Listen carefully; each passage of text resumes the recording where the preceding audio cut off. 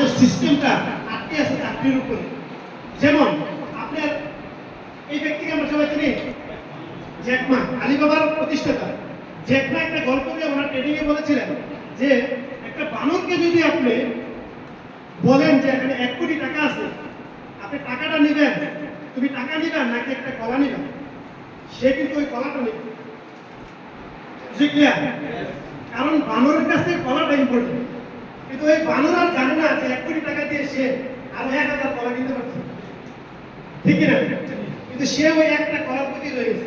ঠিক আমাদের শিক্ষা ব্যবস্থা এবং তরুণদের মেন্টালিটি, মাইন্ডসেটটা এমন হয়ে গেছে যে পড়াশোনা শেষ করে আপনি যতই কাউন্সেলিং করেন, আমার 20,000 টাকা বেতনের চাকরি হলে চলে, কিন্তু সে জানে না সে যদি একটা ব্যবসা করত তাহলে সে এই ব্যবসা প্রতিষ্ঠানে আরো 100 জন লোক এসে চাকরি দিতে পারত, এবং এই ব্যবসা থেকে সারা জীবন চাকরি থেকে যে টাকাটা ইনকাম করতেছে, ব্যবসা থেকে 1 মাস চাকরি ইনকাম করতে পারে। এটা হচ্ছে আমাদের মেন্টালিটি, মানে মানসিকভাবে আমরা একটা সেট আপ করে নেই যে আমাদের চাকরি করতে হবে। এবং আমাদের শিক্ষা ব্যবস্থা আমাদেরকে এভাবেই দরিদ্র করে রাখছে যে আমরা চাকরি করবো না, আমরা চেষ্টা করবো না, আমরা চাকরি করবো।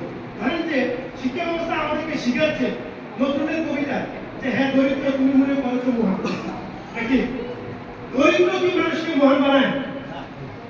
দরিদ্র আমাদেরকে দাম দিবে, সমাজ আপনাকে মহান করবে, দরিদ্র আপনাকে মহান করে।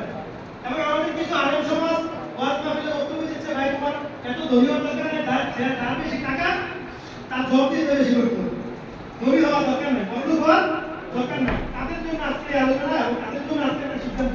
অনেকে মনে করি ভাই আপনি আমাদেরকে আর কি বুঝাবেন, অনেক কিছু আমরা জানি। দেখেন জানার পরিধি অনেক কম। এই প্রত্যেকটা বিষয় যদি আমি মনে করি 100% জানার একটা পরিধি, অর্থাৎ 100% যদি মনে করেন যে আপনি জানেন, তার মধ্যে মাত্র 5% আমরা জানি,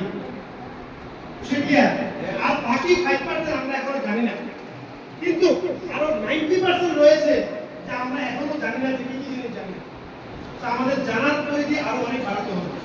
আমরা সব জানি এরকম মেন্টালিটি নিয়ে বসলে এই জীবনের স্কুল থেকে আর কিছু শেখার থাকবে না। আমরা কি সব জানি? সব জানি না। ইন্স্যুরেন্সের কথা বলে দেখবেন গ্রামের অনেক পণ্ডিত বলবে যে ভাই আমি জানি সব ইন্স্যুরেন্স জানি, কিন্তু সে কখনো ইন্স্যুরেন্স করে না, সেটা কি সব জানে? তাহলে জানার কোনো শেষ নাই। আমরা এখানে আজকে দেখবো যে স্কুল কলেজে আমাদেরকে শেখানো হচ্ছে নলেজ যে পাওয়ার, এটা সম্পূর্ণ একটা ভুল। নলেজ যে কোনো পাওয়ার হতে পারে না। নলেজ যে পাওয়ার হয় ইট ইজ ইউজ, যখন এটা ব্যবহার করা হয়, যখন আপনি অ্যাকশনে যাবেন, কাজে যাবেন। আপনি বই পুস্তক পড়ে